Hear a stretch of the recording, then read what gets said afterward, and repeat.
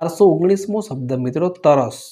તરસને અંગ્રેજીમાં શું કહેવાય? તો તરસને અંગ્રેજીમાં કહીશું થ્રસ્ટી. THIRSTY. થ્રસ્ટી મતલબ કે તરસ. 1220મો શબ્દ તળવું. તળવુંનું અંગ્રેજી શું થાય? તો તળવુંનું અંગ્રેજી થાય ટુ ફ્રાય. અહીંયા ટ્રાય લખાઈ ગયું છે પણ ફ્રાય થાય, જેનો સ્પેલિંગ થાય TO2FRY. ફ્રાય મતલબ કે તળવું. 1221મો શબ્દ તંદુરસ્ત. તંદુરસ્તનું અંગ્રેજી શું થાય? તો તંદુરસ્તનું અંગ્રેજી થાય ફિટ. FIT. ફિટ મતલબ કે તંદુરસ્ત. 1222મો શબ્દ મિત્રો તાકાત. તાકાતને અંગ્રેજીમાં શું કહેવાય? તો તાકાતને અંગ્રેજીમાં કહીશું સ્ટ્રેન્થ. STRENGTH. સ્ટ્રેન્થ મતલબ કે તાકાત. 1223મો શબ્દ મિત્રો તાજું. તાજુને અંગ્રેજીમાં શું કહીશું? તો તાજુને અંગ્રેજીમાં કહીશું ફ્રેશ. FRESH. ફ્રેશ મતલબ કે તાજું. 1224મો શબ્દ મિત્રો તાણવું. તાણવુંને અંગ્રેજીમાં શું કહેવાય? તો તાણવુંને અંગ્રેજીમાં કહીશું ટુ સ્ટ્રેચ. TOTOSTRETCH.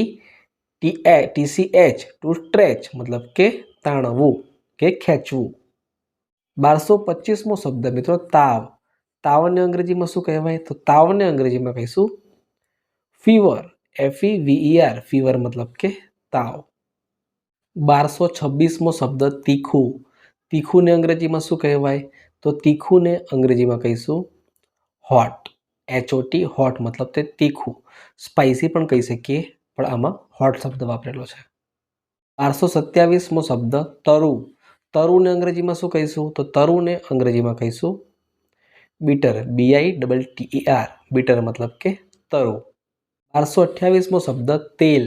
તેલને અંગ્રેજીમાં શું કહીશું? તો તેલને અંગ્રેજીમાં કહીશું ઓઇલ. OIL. ઓઇલ મતલબ કે તેલ. 1229મો શબ્દ મિત્રો થાકવું. થાકવુંને અંગ્રેજીમાં શું કહેવાય? તો થાકવુંને અંગ્રેજીમાં કહીશું ટાયર્ડ. TIRED. ટાયર્ડ મતલબ કે થાકવું. 1230મો શબ્દ થેપલા. થેપલાને અંગ્રેજીમાં શું કહેવાય? તો થેપલાને અંગ્રેજીમાં કહીશું સેવરી ચપાટી, જેનો સ્પેલિંગ થાય SAVOURY. સેવરી. CHAPATTI. ચપાટી. સેવરી ચપાટી મતલબ કે થેપલા. 1231મો શબ્દ મિત્રો દડો. દડોને અંગ્રેજીમાં શું કહીશું?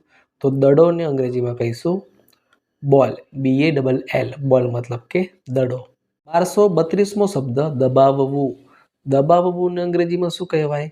તો દબાવવુંને અંગ્રેજીમાં કહીશું two press. TO2PRESS. Two press મતલબ કે દબાવવું. 1233મો શબ્દ દર્દ. દર્દને અંગ્રેજીમાં શું કહેવાય મિત્રો? તો દર્દને અંગ્રેજીમાં કહીશું પેન.